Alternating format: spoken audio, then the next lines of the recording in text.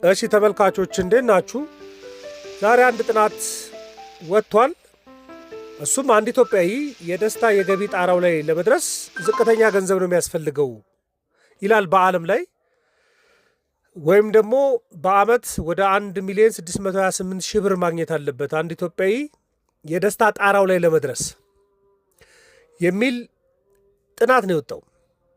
በዓለም ላይ ዝቅተኛ የሚባለውን ደረጃ ነው የያዘው። የዚህን ጥናት ጠቅላላ ሐሳብ ላቀርብላችሁ ፈልጌያለሁ ምን ማለት እንደሆነ። ቤት መግዛት ህልሞ ነው?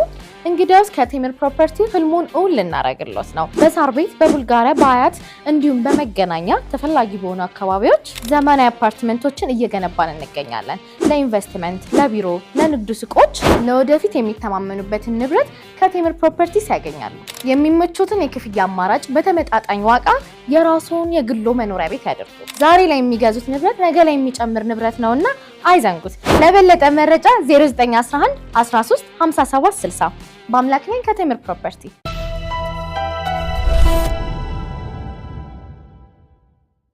ሬሚትሊ የሚባለው አሜሪካ ውስጥ ያለው ተቋም ያወጣው ሪፖርት ነው እና ቢዝነስ ኢንሳይደር አፍሪካ ላይም አለ ይህ ሪፖርት። ይሄ ተቋም የአይኤምኤፍን ዳታ መሰረት በማድረግ ዘ ፕራይስ ኦፍ ሃፒነስ ባይ ካንትሪስ የሚባል የኢንከም ሴሽን የሚባል ጥናት ነው ያጠናው። ኢንከም ሴሽን ማለት ምን ማለት ነው? አንድ ሰው የእርካታ ጣራው ላይ የሚደርስበት ማለት ነው። ተጨማሪ ገቢ ማግኘት በዛ ሰው ላይ ደስታና እርካታ ላይ ምንም ነገር አይጨምርም። ለምሳሌ አንድ ሰው አንድ ብርጭቆ ውሃ ከሆነ የመጨረሻ የሚያረካው አንድ ብርጭቆ ውሃን ከጠጣ በኋላ ሌላ ተጨማሪ ብርጭቆ ውሃ ብጨምሩለት ምንም ደስታ ላይ ምንም አይጨምርለትም እንደማለት ነው። ኢንከም ሴሽን የሚባለው ጥናት እሱ ነው። ስለዚህ ተጨማሪ ማግኘት በሰው ልጅ ላይ ደስተኝነትም እርካታ ላይ ምንም አይነት አዲስ ለውጥ የማያመጣበት የመጨረሻው የገቢ መጠን ማለት ነው ኢንከም ሴሽን የሚባለው እና ሲጠና የኢትዮጵያ በጣም ዝቅተኛ ነው። ይሄ የፒክ ሃፒነስ ላይ የሚደርስበት ምን ማለት ነው? እንግዲህ የሰዎች ገቢ ሲያድግ በህይወታቸው እርካታቸው ይጨምራል። ነገር ግን እዛ ፖይንት ላይ ከደረሱ አንድ ደረጃ ላይ ከደረሱ በኋላ ተጨማሪ ገቢ ብትሰጧቸውም ትልቅ ተጨማሪ ደስታ ያመጣላችሁ።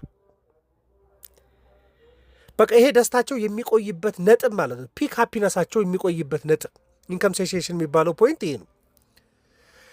ይሄንን እንዴት አጠኑ? በጠቅላላው በዓለም ላይ ወደ 123 ሀገራትን ዳታ ወስደው ነው ይህን ጥናት ያጠኑት። እንግዲህ ዝቅተኛ ኢትዮጵያ ነው የሆነው።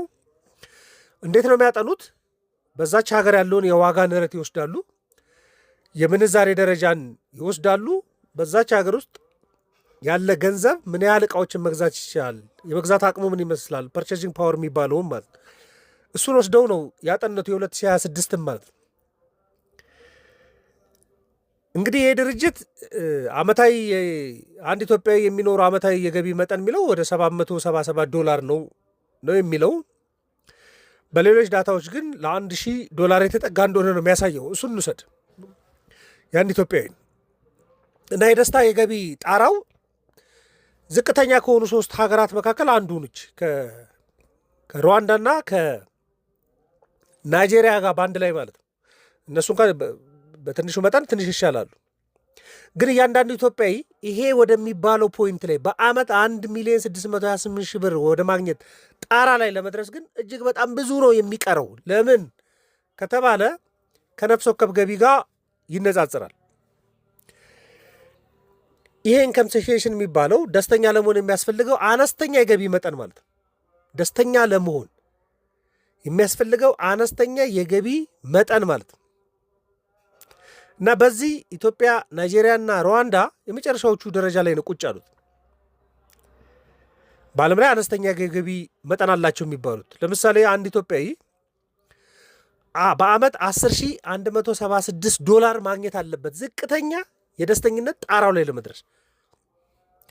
ከዚህ በላይ ቢጨመርለት ተጨማሪ የሚያገኘው ደስታ አይኖረውም። ግን የመጨረሻ የደስታው ጣራ ላይ ለመድረስ ይሄ ገንዘብ ያስፈልጋል። ይህንን በ160 ብር ብናባዛው በአመት 1,628,000 ብር ማለት ነው። በወር ወደ 135,000 ብር ማለት ነው። በቀን ከ4,500 ብር በላይ ማግኘት አለበት ፒክ ሃፒነሱ ላይ ለመድረስ ማለት ነው።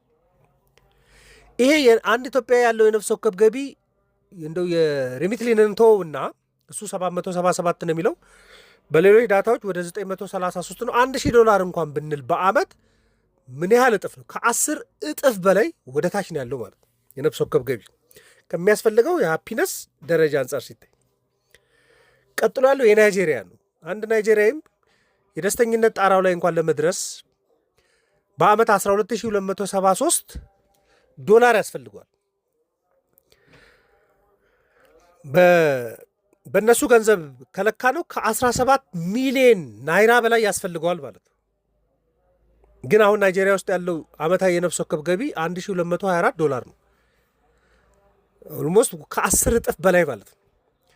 ከዛ ቀጥሎ ያለችው ሩዋንዳ ነው። አንድ ሩዋንዳዊ የደስተኝነት ጣራ ላይ ለመድረስ $13566 ያስፈልገዋል።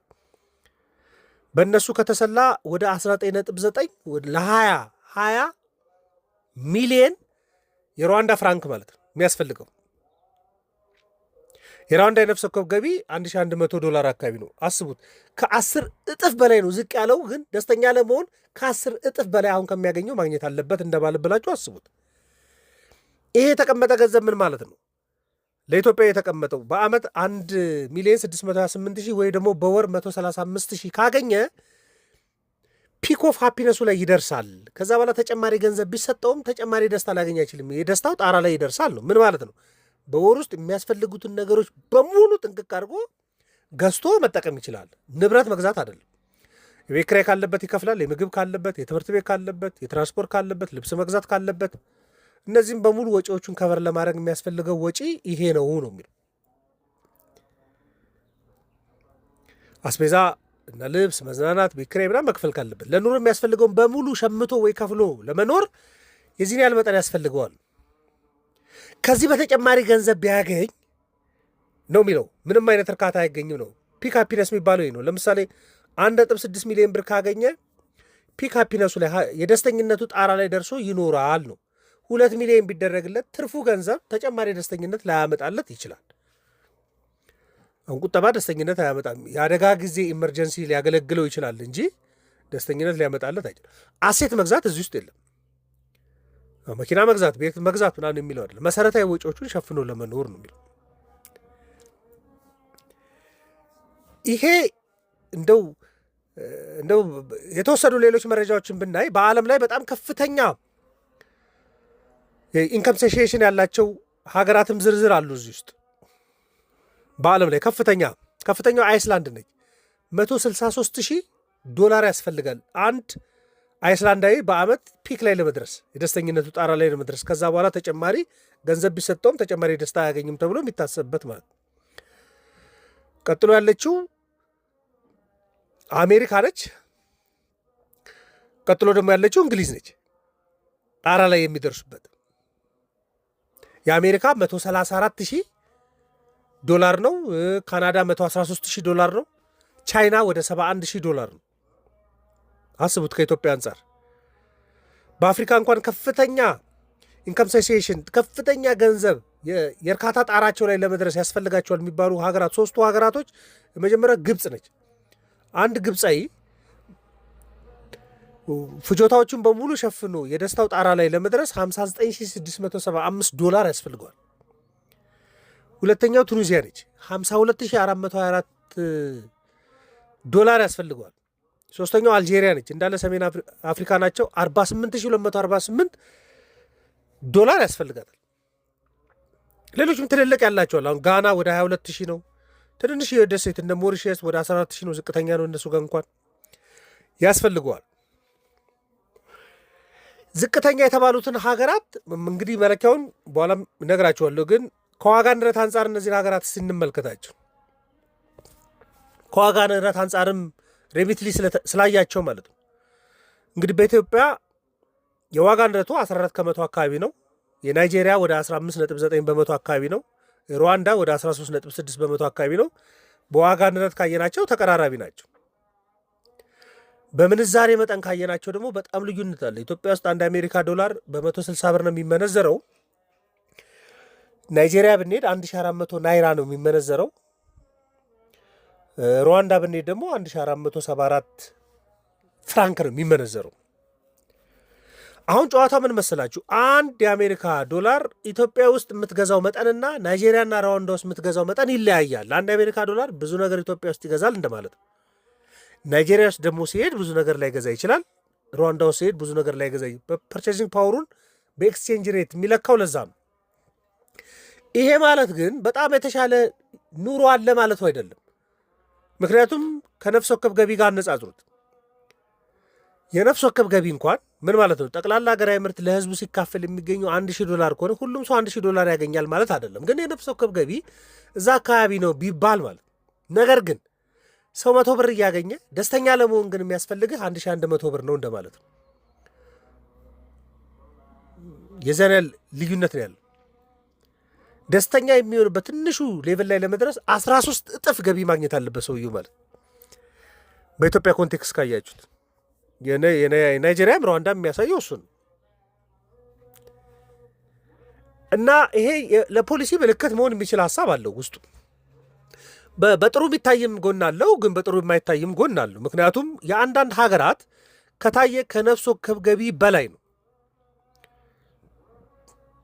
ያደጉ ሀገራት 10 ምናምን የሚሆኑ በዓለም ላይ እዚህ ጥናት ውስጥ የተካተቱ ሀገራት $100,000 በላይ ነው ኢንከም ሴሽናቸው። አንዳንዶቹ ደግሞ ከነፍስ ወከፍ ገቢ ላይ ለምሳሌ የነፍስ ወከፍ ገቢያቸው 20,000 ሆኖ ኢንከም ሴሽናቸው እርካታቸው ግን የሚሰማቸው በ15,000 ከሆነ እዛች ሀገር ውስጥ ጥሩ ኑሮ ይኖራሉ ብሎ መናገር ይቻላል። እዚህ ግን እንደ ኢትዮጵያ ላሉ ሀገራት ግን የነፍስ ወከፍ ገቢው በጣም ዝቅተኛ ነው። ምን ማለት ነው? ባይ ዲፎልት ገቢያቸው በጣም ዝቅተኛ ነው፣ ግን ትንሹን እንኳን አሟልተው እርካታ ለማግኘት እንኳን የሚያስፈልጋቸው ግን 10፣ 11ና 12 እጥፍ የሚበልጥ ነው። ስለዚህ ገቢ ብቻ አይደለም፣ ገቢ ብቻ አይበቃም ማለት ነው ለዚህ ጉዳይ። አያችሁ የሁሉም እንግዲህ ገቢ ሲጨምር ለምሳሌ ኢትዮጵያ ውስጥ ገቢ በ20 ከመቶ ቢጨምር በየዓመቱ ዋጋ ንረት ግን ከ20 ከመቶ በላይ የሚጨምር ከሆነ በእውነተኛ ገቢው ላይ ሰውዬ ላይ ምንም የተለወጠ ነገር የለም። ዋጋ ንረት እየበላበት ነው። ገቢ በ10 ከመቶ እየጨመረ ዋጋ ንረት በ14 በመቶ በየዓመቱ ቢጨምር ኔጌቲቭ 4 ከመቶ ነው የሆነው ሰውዬው እንጂ ምንም በአክቹዋል ገቢ ሰውየው ጋር ለውጥ የለም። የህዝብ አገልግሎትም ከግምት ይከተታሉ። ሰዎች ገቢ ብቻ ስላገኙ አይደለም። ገቢ አግኝተው ፌር የሆነ የሚታከሙበት ቦታ ይፈልጋሉ፣ ፌር የሆነ ትራንስፖርት ይፈልጋሉ፣ ፌር የሆነ ትምህርት ይፈልጋሉ። እነሱም አብረው መሟላት አለባቸው። የተሻለ ኑሮ ነው የሚኖሩት የሚለውን ለመለካት ማለት ነው። ግን ይሄ የ2026 ዳታ የሚያሳየው የደስታ የገቢ ጣራ ኢትዮጵያ ውስጥ በጣም ዝቅተኛ የሚባለው ነው በዓለም ላይ ካሉ ዳታዎች። ግን ወደዛ ጣራ ለመድረስ ግን ለአብዛኛው ቀላል አይደለም። $10,000 ያስፈልጋል ተባለ፣ ግን የነፍስ ወከፍ ገቢ 1,000 ነው። ስለዚህ 13,000 እጥፍ ከደስታው በታች እንደሚኖር እንደዛ ልተረጉሙ ትችላላችሁ። የመረጃ ለእናንተ ሼር ለማድረግ ነው። ማንኛውም ሀሳብ አስተያየት ካለ ልትልኩልኝ ልናወራበት እንችላለን። ለነበረን ቆይታ በሙሉ ከልብ አመሰግናለሁ። መልካም ቀን።